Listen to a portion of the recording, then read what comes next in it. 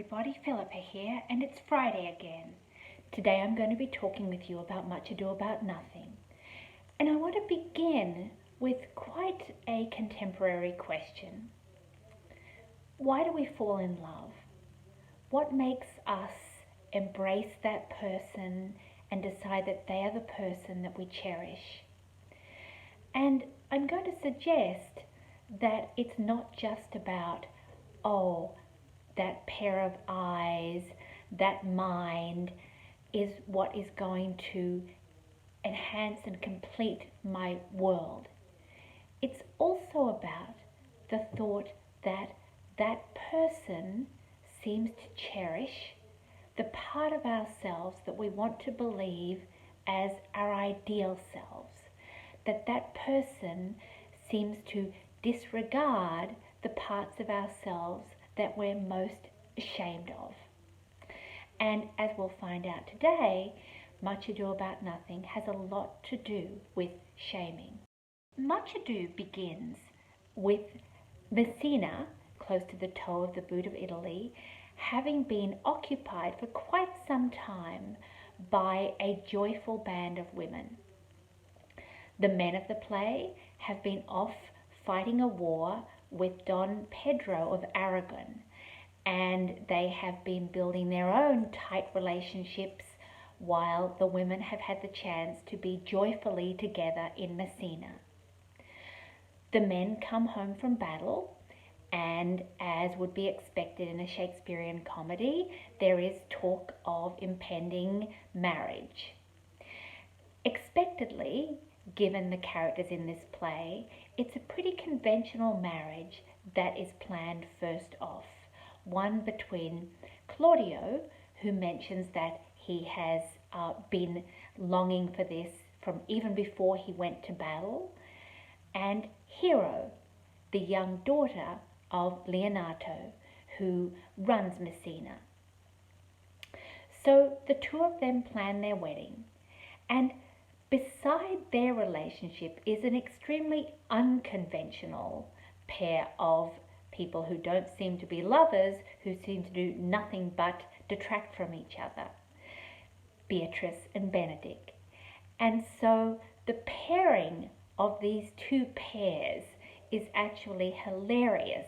The more conventional and expectable the relationship between Hero and Claudio, the more we see the incredible challenge and intelligence and wit with which Beatrice and Benedick question the whole notion of love itself. And of course, we will find out soon that they are crazy about each other. But back to the impending wedding. Now, in the field of war, the men have been battling for Don Pedro against the diabolical Don John. Don John comes back to Messina really wanting to take revenge against one of the most excellent soldiers, who happens to be Claudio. And so he decides to wreck Claudio's wedding. He surprisingly easily convinces Claudio that Hero has been in bed with another man the very night before the wedding. And I think it's this that makes what Claudio then does to Hero so ugly. He goes right up to the altar with Hero. He allows her to say she intends to spend her life with him, and when asked by the friar of his intentions, he says to Leonato, "Give not this rotten orange to your friend." So basically, he shames Hero in the most horrible way in front of the friar and a whole congregation. This is appalling, and after trying to defend herself, Hero swoons. This is not looking particularly like a comedy, is it? But this is what happens. And Beatrice, Claudio's fiercely loyal cousin, swears that she is not going to let this prevail.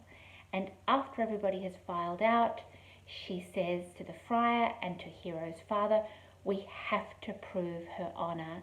Let's spirit her away so that she is thought to be dead, and we will try to work out how this has happened and bring her back to renewed endearment. So, what's fascinating also about this is that in the wake of this terrible shaming, something beautiful happens.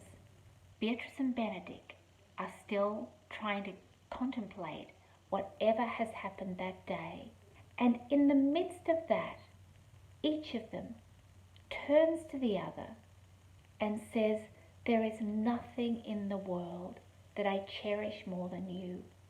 So in amongst the ashes of this awful shaming and the ugliness of what has gone on, there arises this beautiful blossom of love between the highly unconventional Beatrice and Benedick, who've asked so many questions about love and about the truth of love and how we really can tell that we're in love, and they've mocked love. They now see that they do not want to live in the world without the love of each other. And it's such a beautiful moment, which begins to move us forward to the play's comic resolution. But given the darkness that has gone on, we need something more. And this we get in the relationship between the lower class characters, Constable Dogberry and his friends. Dogberry has tried every which way to tell Hero's father, Leonato, that something wrong has gone on, that his daughter is compromised by a lie. But Leonato, believing that Dogberry's mind and perception are as limited as his vocabulary, has just chased him off and not bothered to listen. And not for the first time, everybody, Shakespeare suggests the wisdom of so-called fools in relationship to the ignorance and blindness of their so-called social betters. So Dogberry and his friends play an increasing role, and they actually come to expose the lies of Don John and his friends. That moves us toward the resolution. And it's a resolution that Shakespeare really enjoyed employing in a number of his plays. One where we find that suddenly a character who has been buried for a certain amount of time, thought to be dead, emerges, comes to life, now fully deserved by the man who has been inadequate and has had to undergo his emotional renovation without her. This is what we see in Much Ado. But I want to also suggest to you that one of the really important themes of this play is the theme that I began with, which is, how do we surrender to love? It doesn't involve white flags, it doesn't involve a field of war. What it involves is the belief or the understanding that our own single ego should not be the biggest thing in our lives, and that we can share the space of that ego with the life of another person. And the belief also that in a real love, the sum of that love is greater than the sum of the two egos together. I'm so glad to have been able to talk with you today about Much Ado About Nothing, and see you next week.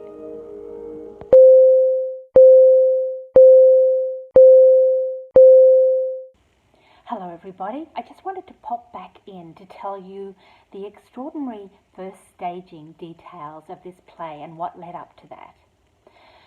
The play was written in 1598, but soon thereafter Shakespeare's company had a falling out with the theatre management where they were to stage it. This place was called the theatre, and it had been built in the round with open roofing to avoid contagion.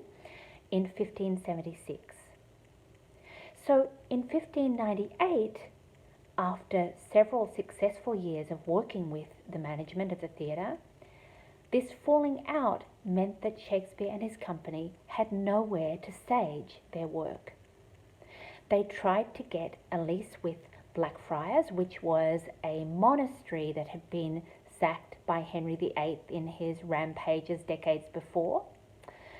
But the residents around Blackfriars didn't want the noise of a theatre company disrupting their quiet and peace.